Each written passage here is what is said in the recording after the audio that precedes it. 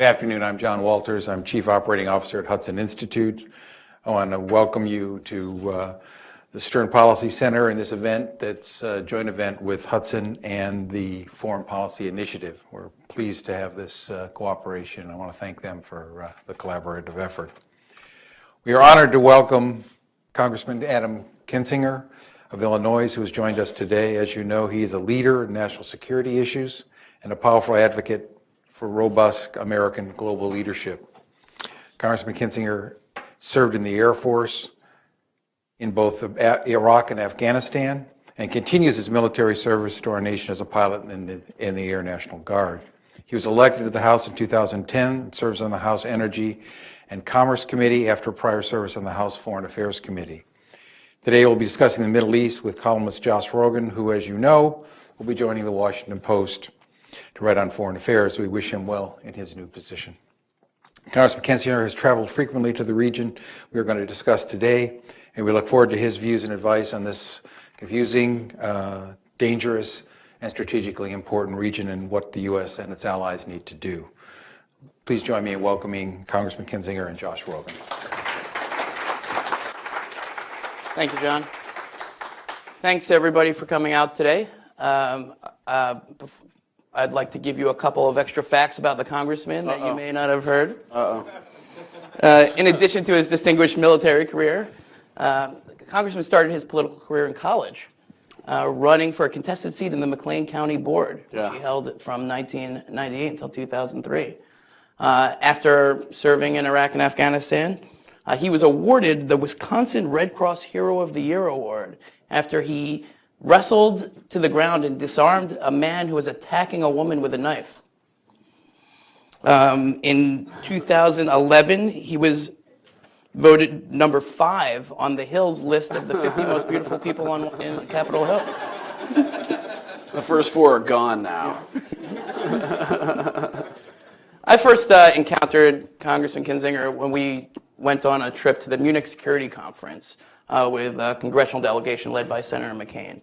And not only did I get to see the congressman in action, asking important questions and representing U.S. policy abroad, Senator McCain kept introducing him as the grandson of Henry Kissinger, which the Europeans thought he was serious, but we just thought it was hilarious.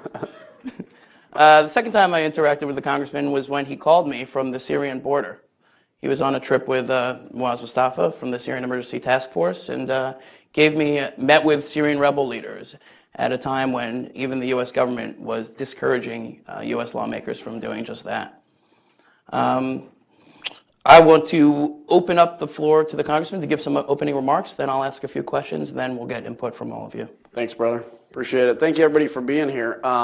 It's a good opportunity to interact and some good faces in the crowd, too. People that have done a lot of hard work. Syrian Emergency Task Force does a lot of good work for people. And Muaz has introduced me and introduces people to, to folks in a network to defend the voiceless. And that's what we have in Syria, is a generation of voiceless people right now that are being destroyed by a very evil dictator. And unfortunately, not enough information, not enough discussion happens about, the real way to fix Syria. It's focuses on ISIS, which is a real problem. But this is a problem and a conflict that's not going to burn itself out. This is not, a house that's on fire where someday we sit back and eventually it's just a tragedy, but just a few embers are burning and the house is gone. This is a fire in an apartment complex. And you have one apartment on fire right now. And if you stand back and watch it happen and don't act, it'll spread to the next building, the next apartment, and then the next apartment building. And the whole region will burn down. It's a serious problem. On a broader thing, I know we're going to get into a lot of more detailed discussion. I'm a really passionate believer in America's role in the world for a couple of reasons. Number one, I think when our country was created, when it was thought of, we were created with a unique mission. And that unique mission is not just to provide people that live in our country nice clothes or, opportunity, although that's an important mission. But I think we have a unique mission, which is to be an example of self-governance to a world that's drowning in chaos and strongmen and poverty. We have a unique responsibility. In the political dialogue that's happening today, which is actually quite depressing, it's very tempting to fall prey to the rhetoric that we need to just withdraw from the world, We need to lick our own wounds, and we need to cut off all foreign aid. It's seductive in the political. That will get cheers in crowds because people feel like America is in a way worse position than it is. Unfortunately, it's not an honest discussion. All you have to do is look through history and see when America has made the decision to withdraw from the world, that it is only a matter of time until that decision comes back and bites us in a big way. We look at World War II. When America withdrew after World War I, all the events that happened after, and frankly the West's reticence to engage against Hitler in Germany led to many, many millions of people giving their lives when this could have been stopped way earlier. So America has a mission, I think, and unfortunately in this dialogue, in this discussion, people don't talk about America's mission, and that mission, again, to be an example of self-governance. But the other issue is this. From altruistically, yes, we have a desire for human rights. Yes, we have a desire to help people. But being engaged in the world is not just out of the altruism of our heart, it's in our own self-interest. You know, when you have leading candidates for president and one says that, countries should pay us to defend them, I call that a narcissistic foreign policy. And I call it that because it doesn't recognize the reality that troops in South Korea is not just for the benefit of the South Koreans, it's for the benefit of the United States of America. The understanding that our involvement in NATO is not because we just want to defend Europe out of the goodness of our heart, but because without NATO, we never would have been able to drop the Iron Curtain and bring freedom to millions of people and make us safer. We don't talk about the fact that when you talk about leaving NATO, when you talk about NATO being passed, doesn't recognize the contribution that NATO has made to the war on terror since September 11th, 2001, and continue to make today in Afghanistan. Are there challenges? Of course. But that needs to be done in the context of how do we get NATO re-engaged versus let's just get out of the rest of the world. That's a narcissistic foreign policy. So a couple of just top-line points. Number one, I don't think we have a right or an ability to withdraw from the world. Number two, I believe that we need to begin to talk about our role in the world not just as us doing things for people, but also in the fact that by us being engaged in the world, we are helping ourselves. It is in our own self-interest to do that. And I think when you put words to that level, I think people can begin to see it outside of the dangerous rhetoric of we need to just get out and withdraw. Just one other very brief thing on that before we just get into the discussion. I touched on the human tragedy in Syria. There are iron curtains that have descended around the world right now all over the place. We all know the Iron Curtain of the former Soviet Union and the reality of that. And we won that war not by shooting guns. There were conflicts throughout the decades that existed, but not through guns. We solved it through ideas. We solved it because the power of American lifestyle and American ideas were beamed over the Iron Curtain to people that humanity has universal desires, and that's one of them, to have things and to be free. This is how we're going to win against the Iron Curtains that exist today. There is a role for robust military power against ISIS, and it has to be done. I think there's a role for robust military power against the Assad regime, and that has to be done. I believe military has to be ready, and hopefully never be used, to push back against Russian aggression in Europe and elsewhere. That's important, but ultimately, the way we're going to solve the problem of radicalization, it's going to be a long war. It's going to be a long war of ideas. And when you have the chaos enveloping in Syria right now, and I went to a refugee camp in Turkey recently with Senator Graham and Bono, who's cool, by the way. That makes me cool because I was with him. But when you see, displaced populations and you see children that are not going to school, that is fertile recruiting ground for the next generation of extremism. And I noticed that when I was in Liberia once. Liberia is a fantastic country with fantastic people, but as you know, Liberia tore itself up with civil war. So now you see people that are my age, or maybe a little younger in Liberia, that can't read or write, that don't have jobs. And now they're not turning to jihadism because they are, it's a Christian country, but they're not being utilized. And the same people that are my age that should be teaching the next generation of children are unable to read or write themselves. And so the next generation of children are not getting the education they need to teach the next generation. It's a cycle of poverty. When you do that in certain areas, when you subject children to not being able to read and write, not understanding the bigger world out there, they can easily be whispered into walking into a cafe with a bomb on and blowing themselves up. That is how you drain the next generation of terror, is make sure people have an education and opportunity. With that, That's my opening statements. Thank you, Congressman. Let's start with Syria, a subject that is somewhat undercovered here in Washington, but something a lot of people in this room I know care about. We can look back at the 5 years of U.S. policy towards Syria. We can find a lot of mistakes, a lot of misconceptions, a lot of errors. We are where we are. Specifically, as of now, not looking back, looking forward, what's the list of things that you think that America must do in Syria? I think the first thing we have to recognize is it's not going to be easy or pretty. It's going to be messy. But the alternative to inaction we're seeing right now, I mean, could it get messier than it is now? You never say nothing couldn't get messier, but it's pretty darn messy right now. You have freedom of operation for ISIS. You have freedom of operation for other radical groups that hate us. And you have, 500,000 people dead. I mean, you have kids that wake up that want to be teachers, doctors, lawyers, firemen, that night are not going to bed because they're killed by a regime that's selfishly interested in taking power. So that's the reality. So can it get worse? I guess. But it's pretty doggone bad now. And without action, it's only going to spread. I think the first thing that needs to happen is the declarative statement and red line, and I'm always hesitant to say red line now in this context, but that Assad absolutely must leave power. And if he will not do it voluntarily, it will be by force. That doesn't necessarily happen immediately, but immediately you put up no-fly zones and you protect the population. The reason you have people fleeing to Europe right now is because they have no safe place to be. Create that safe spot for them in Syria. Make sure that aid is getting in, obviously. Defend that safe area with troops on the ground, with a no-fly zone, stuff in the air. And I think in that context of Syrians being among themselves, you can begin to build the construct of the next government.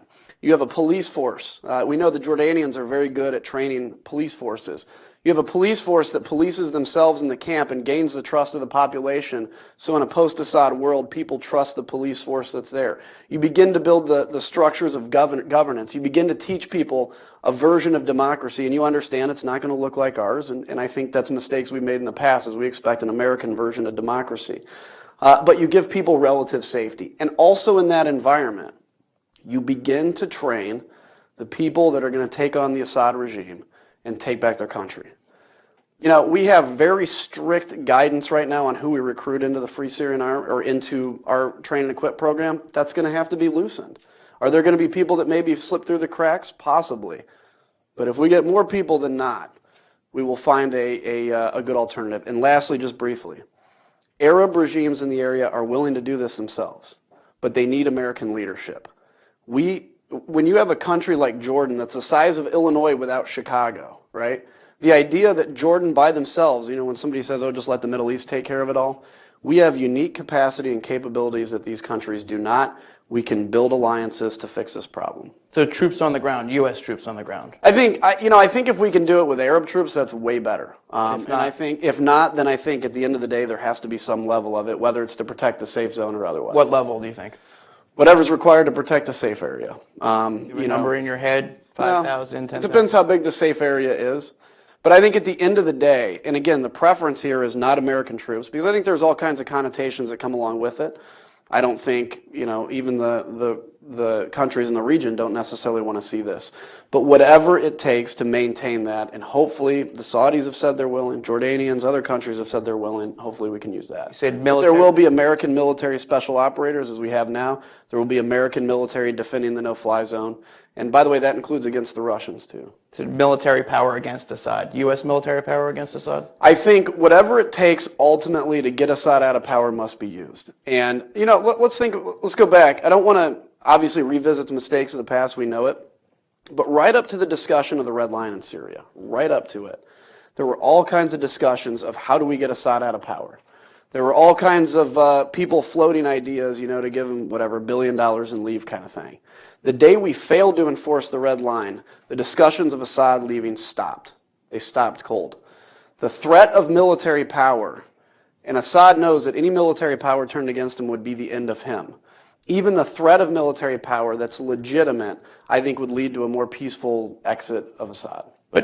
Okay, so now... But I'm not, nobody's for 250,000 troops in Syria. Understood, but you've heard the criticism. If we remove Assad, it creates a power vacuum that the strongest group in Syria will fill. The strongest group is now the extremists. How do you prevent that from happening? Isn't that likely what would happen? It's possible, but I think, look, the Syrian people, the thing that's impressed me about them is they have a national identity. It's different than what you see sometimes in Iraq, where you have a lot of different ethnic groups that fight against each other. There is a national identity in Syria.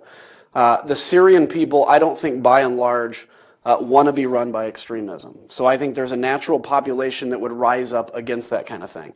But I think we all have to understand that the immediate post-Assad Syria will be messy. It's not going to be pretty. I mean, the United States, when we were developing our own self-governance, we ended up throwing out the Articles of Confederation and we had a civil war. We expect this stuff to happen immediately, and it doesn't necessarily happen immediately. But I can tell you, the longer that Assad stays in power, the more these extreme groups are able to recruit, the more they're able to, the Syrian population feels left behind and angry. And this is a decision, ultimately, it's going to end up having to be made, and it's going to be bad. Look at Libya. That's essentially where the policy that you're advocating for in Syria was implemented. Libya doesn't look so hot right now. Yeah, but the mistakes in Libya were not in the intervention. I think we made a mistake by calling ourselves leading from behind. I think that's the most ludicrous foreign policy thing I've ever heard, almost. But I think the problem was, so Gaddafi's killed. A moderate government is elected legitimately, and the moderate government goes, hey, listen, we think we have a problem with some of these extremist groups. We're going to need help building an army and having weapons to fight against them, and the West turned their back. And in that chaos is where you see what happens. Anytime you have chaos, you have breeding ground for terrorism to spread. And so I think the mistake in Libya was the post-action where we turned our back. And that's what you're going to have here in this situation, too. Interestingly, on that point, you and President Obama actually agree. Okay. There's a lot I don't agree with him on, though. Don't worry. Clearly. So the one unescapable fact is that there's no popular appetite in the United States for the measures that you're advocating. Right or wrong, make sense or don't make sense, agree or don't agree. Based on the American experience in Iraq and Libya, the politics are totally in the other direction. How do you fix that? It's leadership. So Americans, Americans listen to their president when it comes to decisions of war and peace. You know, leading up to Iraq, agree or disagree with that invasion, leading up to Iraq, the president gave a series of speeches to bring public opinion on his side. He talked about what we're doing, laid out strategic objectives, talked about the compelling case for it. That has not been done by this administration. Even in attacking ISIS, a cancerous terrorist group, the president has not strongly public opinion led the president against ISIS, by the way. When you had the vast majority of Americans believing in airstrikes, only then did the president begin airstrikes against ISIS. It's the opposite of how it should be. So I think it takes strong leadership. I think it takes making the case for why this is not going to burn itself out. And the other thing is, quit telling us how war weary we are. This reminds me of, like, when my grandma was alive, you'd go over and she'd be like, Adam, you look so tired. And I'm like, no, Grandma, I'm actually not tired. And she's like, but you look really tired. You're tired, aren't you? And eventually I'm like, yeah, I guess I'm kind of tired. When you have a president that continually reinforces to Americans that they're war weary, continually reinforces that the greatest national objective is to get us out of war versus to fight for what's right, it is absolutely amazing that there is still any public support for any kind of military action. It takes leadership to say, you know what, you think you're war weary, and I know some of you are, and I know some of you knew people that lost their life in the Middle East. But after World War II, the President of the United States did not say, hey, we lost 100,000, hundreds of thousands of people and had an entire industrial base motivated to winning a war. We won the war. You are tired. They were tired after World War II. And instead of leaving Europe, we doubled down our commitment, basically built NATO, and said we cannot leave the world again. And the American people happily followed. And there were wars that followed because of it. It is leadership that makes the difference. So let's talk about leadership of your party, the Republican Party. When you talk about a narcissistic foreign policy, it's not exactly code, right? We're talking about Donald Trump, okay? Really? Never heard of this man. Donald Trump has put forward an America First policy. It's cute. Criticizing NATO, advocating for nuclear proliferation, all of those things. But especially on Syria, advocating for a position of bombing the hell out of ISIS, leaving the rest of the problem to the region, and mostly staying out of it. Now, it's not just Donald Trump, and it's not just the Republican voter that seems to be supporting Donald Trump. There's been a long-standing struggle inside the Republican Party between people who agree with you and people who agree with Donald Trump. And now, for the first time that I remember in recent memory, the Donald Trump side has the momentum. Yeah. So talk to me about what's going on inside the Republican Party on foreign policy. Is it true that the hawkish camp is now playing catch up to the more isolationist, more realist, whatever you want to call it, camp? Is that fixable in your view, from your perspective? And what can we expect the Republican Party to look like for the next few years? I think it is fixable because, I remember during the Red Line in Syria debate, when I was, and then ultimately I was one of the first members of Congress to call for bombing ISIS when we thought they were still Al-Qaeda when they went into Fallujah. I had literally staff fielding calls and in tears because of just how they were being assaulted by people in my own party. Adam wants to start another Iraq war. Hasn't he had enough? This kind of stuff. But we saw that circumstances on the ground changed that public opinion. It is not easy to lead and talk about nuanced foreign policy realities. That's a very hard case to make. What's easy to make is, you're tired, let's bring the boys home and get the hell out, right? That's really easy. But the people like me in my party that believe like I do are not going to change our philosophy. Just because our front runner may be an isolationist doesn't mean that I'm ever going to become one. And so we continue to do events like this, to go give speeches on the floor, to do news hits, to continue to make that case so that when circumstances catch back up again, which they will, another beheading or another whatever happens, you've been consistent in foreign policy all along. Republican Party has always been the party of defense and security. And even though we may be losing that edge now, I don't think we lose that edge permanently. In terms of what does everything look like in the future, I really don't know. Well, you say no, the Republicans won't change, but I knew Jeff Sessions when he was a hawk. Yeah. And I listened to him today, and that man has changed. Yeah. And when I talked to Bob Corker, who's increasingly close to the Trump campaign, I'm not going to go as far as to say he's changed, but he's talking differently. So there does seem to be a realignment going on. There does seem to be a coalescing, not by everybody, but by a lot of leaders in the Republican Party around Donald Trump. Oh yeah, there's a coalescing happening, yeah. In terms of, you probably have better interactions to know if there's an overall change in movement. I know I'm not. And I know that I'm a Republican because I believe in America's role in the world and will continue to articulate that policy. But yeah, it's a concerning situation that we find ourselves in. When you have, in essence, a front runner that's to the left of a Democrat, Hillary Clinton, on foreign policy, that's a frightening thing. When you have somebody that says he's going to have a really bad relationship with England because David Cameron was a meanie to him, but then he's going to have a really great relationship with Vladimir Putin because Putin ran the KGB playbook of flattery on him, and he fell right into it. Vladimir Putin's a great guy. We're going to have a great relationship. This is a guy that's tearing Europe up, by the way. This is a guy that's throwing the international order aside. This is a guy that's basically a dictator in a very powerful country, of course, with an economy the size of Italy, I need to reiterate. It's a frightening thing. My only hope right now, and it's sad that I'm hoping it's an act, right? Now, I don't think we should reward actors who run for president. Besides Reagan, he was good. But I don't think we should reward the act of outrage in running. I think we have a tradition in this country of having people run as statesmen and electing statesmen. So if it's not an act and Donald Trump is elected president, what's the consequence for U.S. national security and foreign policy? Well, I think if what he says he implements, what he says he implements, it's devastating. Think about it. He wants Japan to have nuclear weapons. Well, Japan's prohibited by their own constitution from this, by the way, but disregard that. He wants Korea to pay us for troops in South Korea. Well, they already pay half of the personnel costs. He was surprised when it was mentioned to him that they pay half the personnel costs, and it's actually more expensive to keep American troops in America than keep them in Korea because of that. I would expect, you're going to see, when we talk about, when America retreats from the world, chaos follows, strongmen follow, dictators follow. I expect if Donald Trump carries out what he says, you will see more of that. And now, you brought it up, Hillary Clinton supports your exact policy on Syria. More pressure on Assad, no-fly zones, a renewed effort to train and arm moderate rebels. Are you prepared to endorse Hillary Clinton? You just want to make huge headlines here, I get it. No, I'm not going to support Hillary, and there's a number of things I disagree with her, but especially on domestic policy. At the end of the day, I'm still a Republican. I have a very strong interest in seeing the Supreme Court, whose balance is going to be tipped right now, with conservative-leaning justices.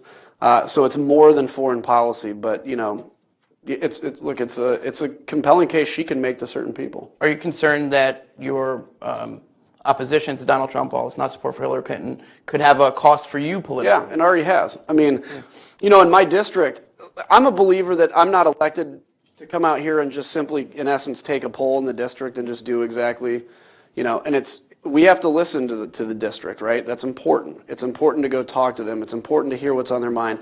And in something that's an interest to your district, whether it's, you know, an energy bill or something like that, you need to vote on behalf of the benefit of your district. But when it comes to issues of foreign policy and leadership, I'm very clear about what I stand for and what I believe. And my district every 2 years has an opportunity to determine if I reflect their values or if that's the kind of leadership they want or if it's not. There are a lot of Kinzinger supporters that are Donald Trump supporters, and I'm hearing from them. They're not really happy about it. But the thing I say to them is, look, this is nothing against you. I mean, I understand his attractive message to people, and he's the legitimate nominee of our party in July. He won. But I also have to be very true to myself. Let me give you one more quick thing on that. I've taken so many votes that I thought would end my career that it's not even funny. I'm not scared of my own shadow, though. Some members of Congress are so scared every vote they take because it might cause a primary, it might hurt them in the general election. I just want to be me. Because A, it's way more fun to just be you. It's actually fun to defend votes that were out of what people necessarily wanted you to do. But lastly, and I don't want to sound overly emotional on this, but if we're going to ask people to go die for their country, if we're going to ask people to, can you guys hear me? It's like in and out. Yeah, we can hear you. Okay, there we go. If we're going to ask people to be willing to die for their country, you have to be willing to give up your career for the same cause. When we're taking votes out here, when we're advocating for positions, I have to be willing to put my career on the line if we're going to go to a funeral of an 18-year-old that died for his country and salute the flag. My opinion. You'd rather lose your seat than support Donald Trump. Okay, go there. You don't have to answer. No. Okay, so let me just say this. I want to get to where I can support him. I want to. Okay, interesting. And my hope is that through, you know, people like me, even though I understand I'm not as big and powerful as Paul Ryan, and somebody like Paul Ryan saying, hey, it's going to take some time here, it gets Donald Trump to a perspective where he can come closer to what a real Republican should look like. If you ever get there, give me a call. I will. All right, so let's move on. You mentioned your trip to the region, right? And, yeah. This is a trip that I spoke with Senator Graham about, and you know, I watched your floor speech on Syria, and this is a quote from your floor speech: "Humanity does not like to be oppressed under these dictatorships." Now, that could apply to Syria. It could also apply to some of the other countries you visited. Sure. Yeah. The first one that comes to mind is Egypt. Now, what struck me when I spoke to Senator Graham about that trip that you were on was that his view towards the dictatorship in Egypt had changed. Right? He was part of a group of Republicans who had advocated for a lot of pressure on Sisi, a restricting of U.S. aid towards Egypt in light of the increased repression on human rights, journalism, civil society, and that's going on in Egypt right now. What about you? Where do you come down on how do we balance our need to work with Egypt on security and our values of pressing basic human rights and democracy? I think it's an art, not a science, and I say that because, so yes, Egypt has some human rights practices that obviously we would love them to correct, and we pressed the case with the president when we were talking with him. You know, he pressed back in certain areas, said he'd look into certain areas, kind of the typical back and forth. The reality, though, is the president of Egypt has not killed 500,000 of his own people. The president of Egypt, 3,000? well, I mean, it's a different situation in that. The other thing is, if Egypt falls, if the Egyptian government collapses, and you have, in essence, the same kind of chaotic situation in Egypt that you have in Syria, it's going to make the refugee crisis out of Syria look like child's play, because you have 90 million people now that are going to be putting pressure very closely to Europe and everywhere else. So it is an art form. At no point should we turn our back on the human rights violations. That's important to keep on the forefront. But I don't think you can make those human rights violations detrimental and engaging with a very important country of Egypt. We saw what happened. I mean, the Muslim Brotherhood was going down a very bad path. The people did not want the Muslim Brotherhood in charge of Egypt, so the army took him out, and then Sisi was elected.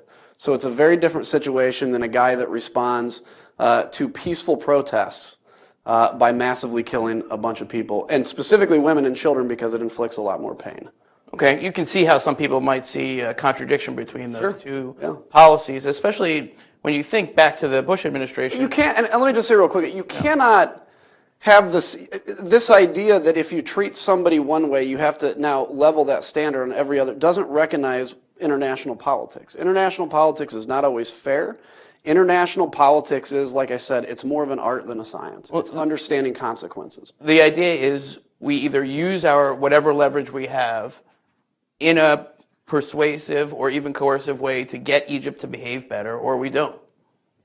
And even in the Bush administration, aid was used to promote positive, if incremental reform in Egypt. The question is, have we lost the ability?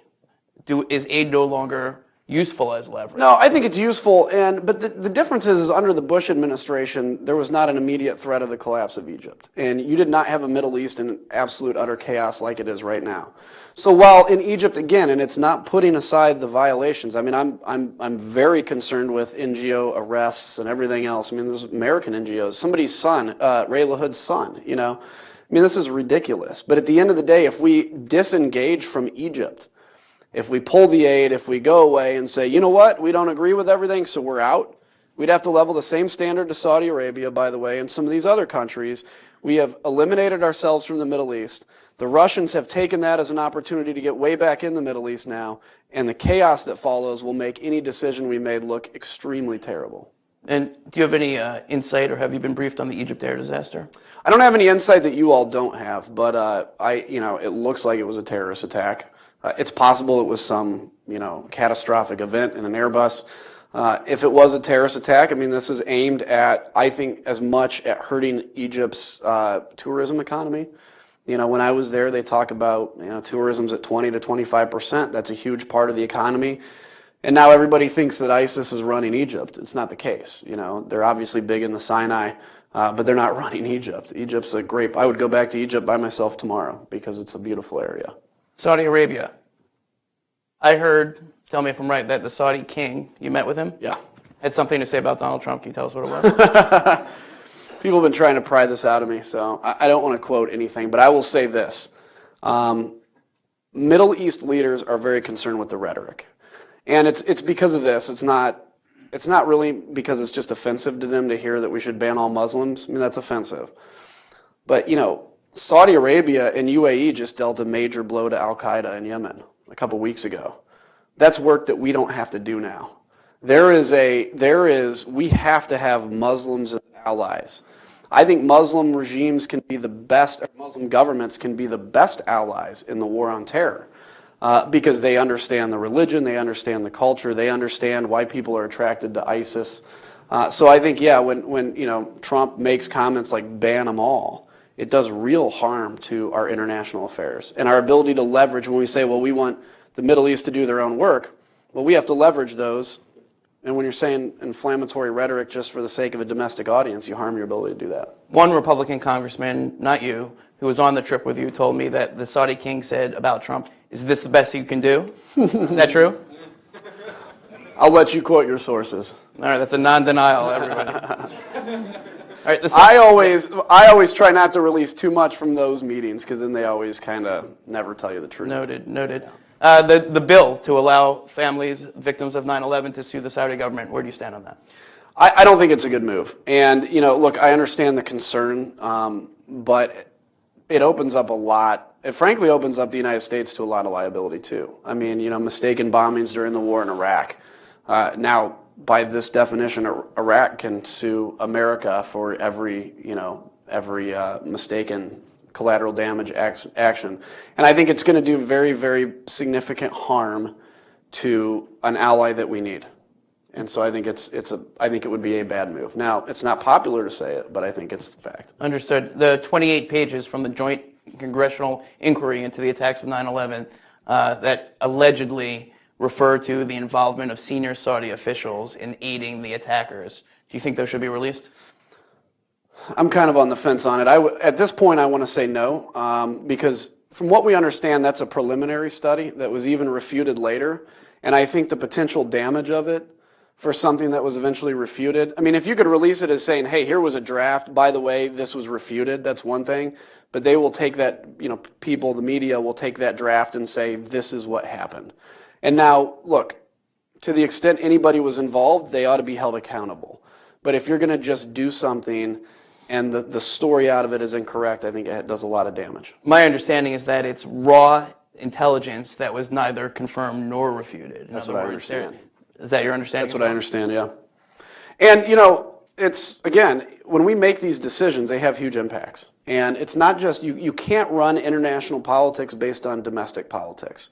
And that's where we run into the temptation to do. Last one before we go to questions. Turkey. Mm-hmm. It seems to me, my amateur observation, that we're supporting at least three sides in the war in Syria. We're supporting the Kurds, we're supporting the Turks that are fighting the Kurds, we're supporting the Sunni Arabs that are fighting the Kurds, and in some cases each other. And it's a mess. It's a mess, right? So, you know, what should our policy be towards the Turkish government? They clearly want us to be more aggressive against Assad. They clearly want us to stop supporting the Kurds. They clearly want us to turn a blind eye to some of their human rights violations against the Kurds. How do we square that circle? What's the best way? I kind of think you look at it almost as I still call for engagement with Egypt, right? We need Turkey. Turkey is a very important NATO ally, even if sometimes their president maybe would make us believe otherwise. They're an important NATO ally. It's the bridge between Europe and the Middle East. We cannot afford to turn our back on them. You can help influence them through engagement, not through ignoring. And I think that's important to do. I spent time in Turkey, you know, as a military pilot, and it's a great country. And these are folks that I think, by and large, want to have a great relationship with the United States and the West. Turkey also is very concerned with, obviously, the Assad situation, and I share that concern. You know, they're doing a great job of handling the refugee crisis, but they're dealing with the refugee crisis because of inaction in that area. And the last thing I want to say on that is this: we talked about dictatorships. In the 1980s, maybe dictatorships worked because you could oppress information, and if we were all here meeting to overthrow a dictator, one of y'all is going to be a rat and go tell the dictator, so we're not going to do it, right? But on social media, people can talk now. People can get together. They can meet at the square. They can rally. They can hold signs. Dictators cannot oppress people anymore. It physically can't happen because of technology and because of the internet. Do you think Turkey should commit troops inside of Syria? Oh, yeah, I think so, yeah. Great, thank you. Let's go to questions. Before I call on anyone, please wait for the mic. Please identify yourself and your affiliation if you have one, and please put your comments in the form of a question. And we'll start over there. That last part being key. Hi, thank you very much. My name is Jeff Tyson. I'm a reporter with DevEx here in Washington. And Congressman, I'm interested in getting your take on reconstruction in Syria. The World Bank, for instance, is an institution that doesn't typically work in active conflict zones, and they're already, you know, mapping schools and hospitals and trying to figure out where they can be most effective so that they can get in and start rebuilding as soon as possible. When is it too soon to begin reconstruction, and how can the U.S. government play a role in that? Well, it's probably too soon with the conflict going on because obviously you don't want to build a school that's going to be bombed by the regime. By the way, you know, I want to make a point, and then I'll get back to finishing that. A lot was made about the U.S. bombing a Doctors Without Borders hospital in Afghanistan, and a lot should have been made about it. It was tragic. But the regime bombed the Doctors Without Borders hospital in Syria and killed just as many people, and we barely hear anything about it. I think that's important to know. I think beginning to plan the rebuilding is important. Beginning to figure out where the funding sources are going to come from is important. But I think obviously with an active conflict going on, there's no use in rebuilding at this point. Unless we begin to have an established safe zone that we will absolutely not flex on, then you can begin to rebuild in that area. But another important thing, and Muaz introduced me to somebody yesterday, that is already beginning to outline the war crimes against the regime. And this is an important thing to map out, and the U.S. commits no money at this point to that, and I think we should. Thank you. Sir. Right here. Omar Hosino. What's up, brother? How you doing? Good. Definitely.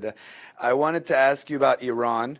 You know, we're hearing a lot of rhetoric now from the administration and others that Iran could be a partner against ISIS, that we can work together with Iran to confront regional problems, that perhaps the Iran deal, as it was sold to us by the president, can make them a responsible actor, quote unquote, President Obama's quote in the region. So I just wanted to ask you, how do we contain Iran now that after the nuclear deal, they've gotten more aggressive all over the region and it's fanning the flames of more extremism? Thank you. Well, part of it is, and thank you for the question, we encourage the Saudis to continue to do what they're doing in Yemen.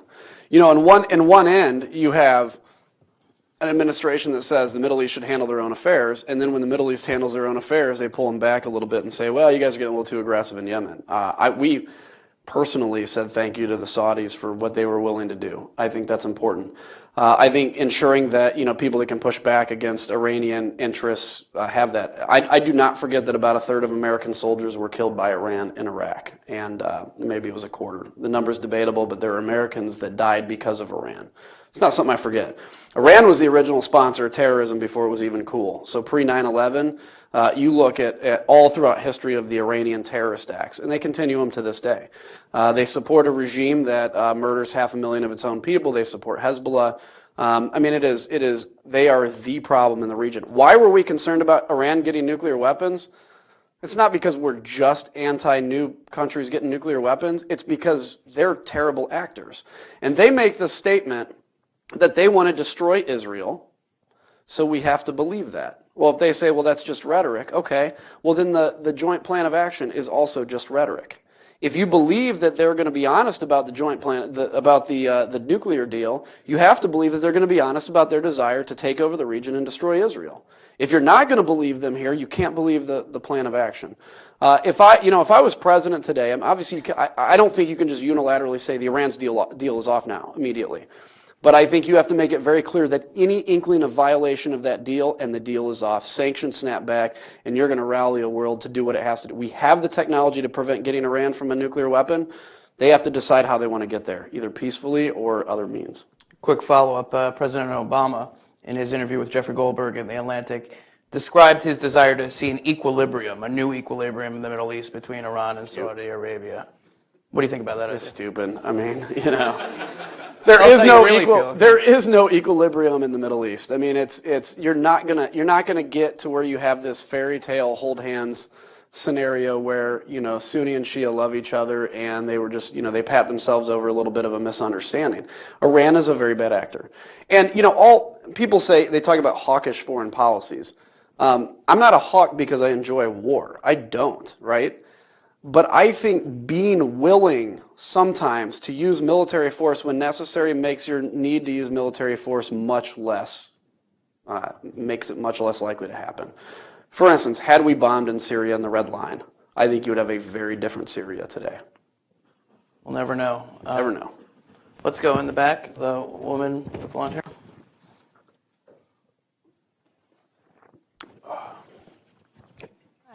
Ann Pierce, I'm an author and commentator. When I attend or read transcripts of hearings on the Hill, I see a certain percentage of Congress people who have the big picture and the understanding of the American foreign policy tradition that you do. But it seems that when I see Congress people in the media, they focus exclusively on ISIS and completely ignore terror sponsoring, WND proliferating murderous regimes. And I wonder if you could tell me a little about that dynamic and explain it, because as you said, leadership is so important, and I wonder why the narrative doesn't somehow get to the public. So there's 2 points on that, and I want to be very clear. I will criticize the president in a forum like this, not personal. Nothing for me is personal; it's policy. But when I'm overseas, I do not. I'm still an old school believer that politics stops at the water's edge, and I think that's important. You know, why does that happen? Well, first off, the media's interest right now is ISIS, right? That's so, you know, for instance, if I go on and I talk about ISIS, I try to broaden it to the fact that the incubator of ISIS is Bashar al-Assad. But you have a 4-minute hit, and it's hard to make that long point. But just getting it out there is important. But truthfully, I hate to say it, and it's nothing against my colleagues. There's some amazing people that serve in Congress. We get a bum rap, but there are great people there. But they did not go to Congress because of foreign policy. Some of them maybe were elected because they opposed the health care law, or they have an interest in telecom or energy or something like that. And foreign policy is a necessary part of what they have to learn, but they don't have good foreign policy instincts. And that's the vast majority of members of Congress. Now, they have expertise in areas that I don't. There are some areas, you know, domestic policy, certain domestic, that it's dry for me and I have to try really hard to understand. Foreign policy is the opposite for me. So that's part of the reason I try to do so much media, is not just because I want to go be famous or anything. I try to do media because I think it's important to get this side of the message out there, and it's how I feel I can be effective in these talks. Thank you. Woman right here in the orange. Hi, Sarah. Please wait for the mic. Sarah Roderick with Coalition for Defense of Human Rights. I'm also an Illinoisan. Good. You're smart. Leatherneck. Oh, okay. Not Redbird, though. All right. Redbirds are better, but that's cool. Anyway, my question is, in regards to, well, actually, something that's kind of been unspoken, but the occupation of Lebanon by Syria. That hasn't been mentioned too much, but I wasn't sure if you've met with some of the Lebanese leaders. Now, of course, there are different factions there. There's the Christians, the Druze, and of course the Muslims, Hariri's group. And of course, some of them have had issues throughout past couple decades with Israel and Israel's withdrawal from southern Lebanon. And I just wanted to know if you've spoken with them, because obviously if there's any action in Syria, what might happen with Lebanon, especially with Hezbollah being such a big influence in southern Lebanon and the Bekaa Valley. No, it's good. I met with recently a former prime minister of Lebanon, and Hariri? yeah, I think so. Yeah. And it was a really enlightening meeting for me because, you know, in all honesty, I consider myself really to have a good knowledge of the Middle East, but Lebanon's one that I did not get to know enough of, you know, and it's like, so I'm learning about some of the dynamics, and a close friend of mine out here she's Druze from Lebanon and talks to me about some of that. Just went home and said it's a completely frightening situation now. And obviously the refugee situation is putting an amazing amount of pressure. In terms of how does action in Syria directly affect Lebanon, I don't necessarily know the answer to that, but I can tell you that we're worried about the future of Lebanon, as well as Jordan. I mean, these countries, so Jordan has the equivalent right now of the entire country of Canada moving into the United States without a job. You know, I mean, that's incredible. And so, yeah, these are big issues. Quick follow-up. You visited I'm going to mispronounce it, refugee camp? Yeah. So the U.S. gives by far more refugee assistance than any other country, yet these accounts are substantially underfunded. What do the people in the refugee camps say to you when you visit them about their view of America, American foreign policy, and American policy in Syria? Well, what we talked about in terms of, you try not to engage them too much in the politics because, you know, we're there to see the humanitarian side. But a lot of people ask me why Assad is still alive, right? I mean, they were pushed out of their home because of him, and they're wondering why he's still there. You know, why have they been forgotten? You know, they're voiceless, right? They feel voiceless, and these are people that deserve a voice, and it's heartbreaking. But I gotta put a good shout out to the Turkish government. I mean, what they have done for the refugees was pretty impressive. We went to a refugee camp, and you know, a certain percent, maybe it's 20% of people live in camps. Kids running around with backpacks, smiling, laughing, you know, learning Turkish, having a good time, learning how to read and write, and proud of their possessions in their little backpack. You know, something to own, something to be proud of. You can see war in a lot of their eyes. It's heartbreaking because, you know, sometimes I walked in and I remember this little girl starts kind of shaking and crying, and I talked to, you know, through a translator to her teacher kind of what's happening, and she's like, well, you know, obviously she's got a little PTSD and frightened, and this is just a young girl, and you know that's repeated hundreds of thousands, if not millions of times throughout the population. But the Turkish government is doing a good job of caring for these people and taking them to school, and it's not just out of humanitarian, even though that's humanitarian, but it's out of Turkey's own self-interest, because people that are educated and have a good view of Turkey are much less likely to use terrorism as a weapon. Thank you. Here in the front. Mohammed Ghanem, Syrian American Council. Congressman, thank you so much for your comments. I have a question about YPG, Kurdish forces in Syria. How do you assess the relationship with them? Today, photos were circulating on Twitter of U.S. Special Forces dressed in YPG fatigues. Do you think that long-term working with the YPG, the U.S. can win the war against ISIS in Syria? Thank you. Yeah, it is a good question. I don't know if just working with the YPG is going to win the war in Syria.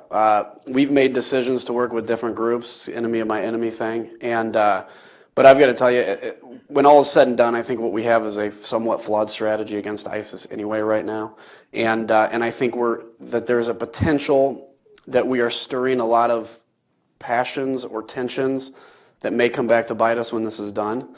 I don't know that for sure, but I will tell you that's why I think we have, so the overall strategy, you have no military power and World War II military power, right? Like everything. Somewhere on here in the spectrum is what's required to defeat ISIS. Let's just use that. Let's quit incrementally increasing. Let's just use what's necessary. Work with people we need to, get it done, and try to work the broader issues, the Turkish Kurd issue, Kurds in Iraq, Iraqi Kurds that don't, it's a mess. Do you think there's a difference between the YPG and the PKK? Yes. No. I don't know. I don't really want to get into the middle of that one. Okay. Sometimes I know which battles to pick and not to pick. Right. All the way in the back, sir, in the blue shirt. Yes, my name is. Can you hear me? Yep. Yes. My name is Paul Johns. I'm a Persianist living here in Washington, D.C.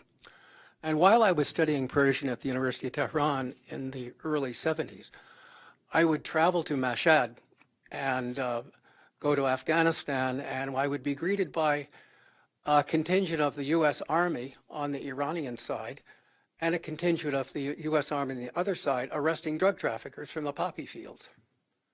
Then when I would go south from Mashhad to Yazd, I would pass by a very nice long strip of concrete which had been built in the 1950s as a U-2 spy plane landing site for emergencies when they would fly the plane from Peshawar, Pakistan to Norway. Now, when I was there a few years ago, we now have, I discovered, a battalion of Marines on the Afghani side and regular RA-style Iranian army cooperating with us, arresting drug traffickers. We have a common need. When you go south, past the old airport, it is now an antenna field. In the old days, it was manned by National Security Agency people. It is currently manned by National Security Agency people. We cooperate with Iran on the eastern part of the country. Can we have a question, please? I would like to have the people comment about what I just said. Okay. I mean, I don't know what to say. Do we have areas of, let me try to. Yeah, I guess there's areas of common interest. Of common interest, or are there ways that we can cooperate with Iran? If it's in our interest to not have drug trade and it's in Iran's interest to not have drug trade, that's fine. That doesn't mean that we have to accept, Iran's larger behavior in the area. I mean, look, we cooperate with Russia in certain things, right? But that doesn't mean we have to accept an illegal annexation of Crimea. So, yeah, it's a good point, I guess. But right here in the third row.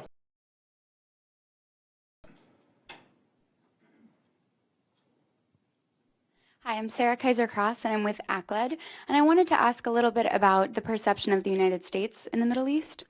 You talked about the need for strong U.S. leadership and the need to bring in perhaps a stronger military force. My question is, how do you balance as a policymaker the mistrust from a lot of the regimes for letting people like Mubarak fall, and balance that with the expectations of the Middle Eastern populations to practice what we preach in terms of democracy and freedoms? no, I mean, it's a good question. And, one of the areas where we've let people down, for instance, is in Iraqi and Afghan translators that we were promised, in essence, visas to come to the United States if they worked for us. They did. Many have come, but there are many that are still waiting and many that have been killed waiting. Anytime like that, we violate the trust of the people. And look, there's going to be another need someday for another war. I'd love to say there isn't, but there will be. And people have to look at that. There's a lot of mistrust in the United States right now. I think there was a perception for a while that the mistrust was based solely on the invasion of Iraq, and somehow Middle East chaos is a result of the invasion of Iraq. Well, a fruit stand vendor in Tunisia didn't decide to light himself on fire because the United States invaded Iraq. It was because he was being oppressed, and that sparked a fire. You can always argue the invasion and everything else. But I think part of the issue is the population of the Middle East feels very left behind. Now, it doesn't mean they want, tens of thousands, 100,000s of American troops around, but it means they want to feel like they have a friend. And you see that in the Saudis right now, who make it very clear they want their alliance to be with the United States, but feel that we've turned our back on them. You hear it in an ambassador that told me, when Trump makes his comments, for instance, he says, we're a very pro-American, you guys see us as very pro-American, but you don't realize we have forces within our country that do not want us to be pro-American. And when you say comments like that, it puts fuel on the fire, and we have to defend domestically. So I think watching our rhetoric, I think following through on what we say is very important to bringing the folks with us and bringing the countries with us, because the detriment is what we're seeing, the chaos that's enveloping. Thank you. We have time for a couple more questions. Enthusiastic woman, the brown hair. You are real smiley. Yes. All right, thank you. I'm Olivia De La Pena. I'm a student at George Mason. And one thing I was curious about is, with dealing with Syria, how do you prevent the same thing happening with Iraq? Because we went in 2003, we invaded Iraq, we took out Hussein, but then all of a sudden it seems like we kind of left them there once we pulled the troops out of Iraq. How do you go about that with reestablishing Syria as opposed to just kind of leaving them hanging? Because I know you outlined some things that we can do, but how much money is it going to cost, and how are you going to enforce everything to make sure that we don't have this major collapse just because this country doesn't have a government anymore? Yeah. Fair question. So how do you basically stop? How do you ensure that Syria is a little more successful than what we had? The point I want to make first off is, and I firmly believe, Iraq was won. We won that war. And it took a while to get there. It was messy. A lot of bad decisions were made. But when I was there in 08 and 09, in 08 it was full-on war still. In 09 I saw kids playing on the street, playing soccer. When we left in 2011, President Obama himself said we are leaving behind a stable government. The problem is when we withdrew, sectarian tendencies came back, people lost faith in the government, and now we see the problems that we have today.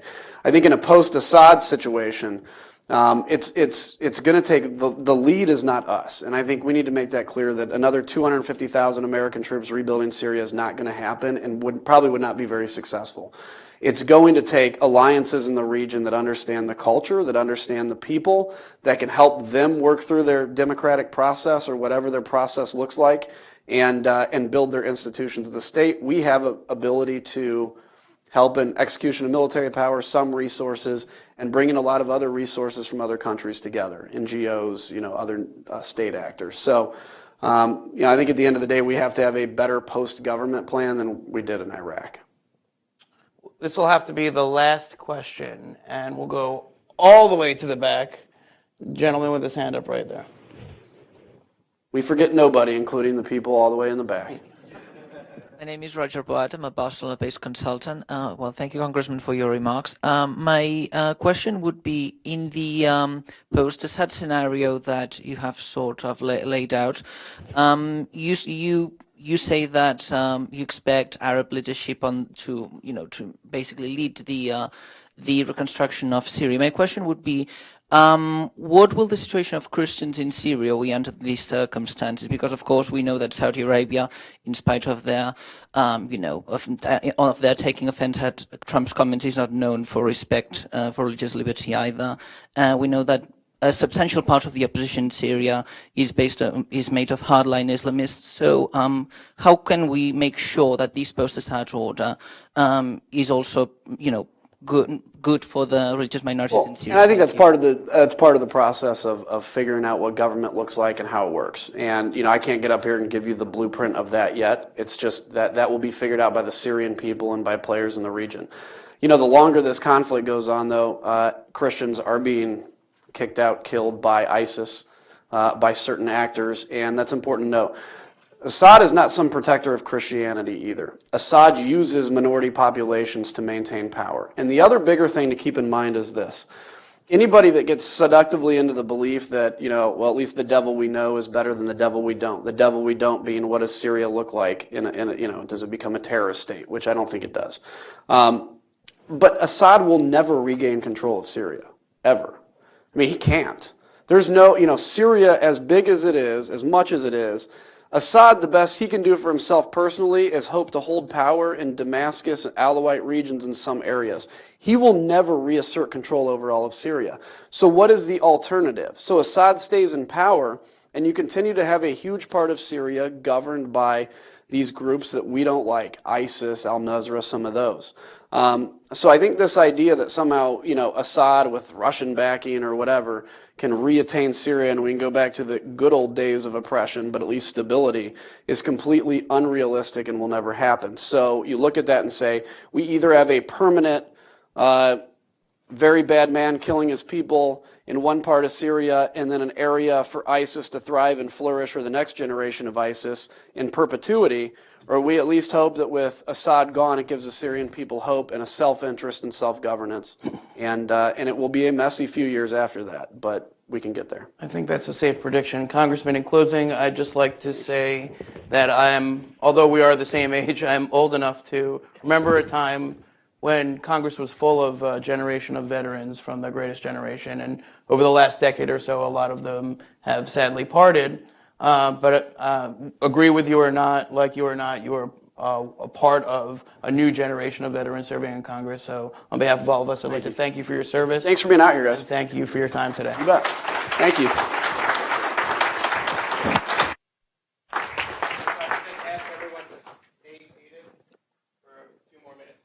Yes. The purpose isn't to have you listen to anything insightful I'm going to say. My name is David Adesnik, the Policy Director at the Foreign Policy Initiative, but we do want to give the Congressman and his staff a chance to depart and get back to their other responsibilities, since they have quite a few of them. We just ask you to stay seated while that happens. But first, how about another round of applause for really a great guest?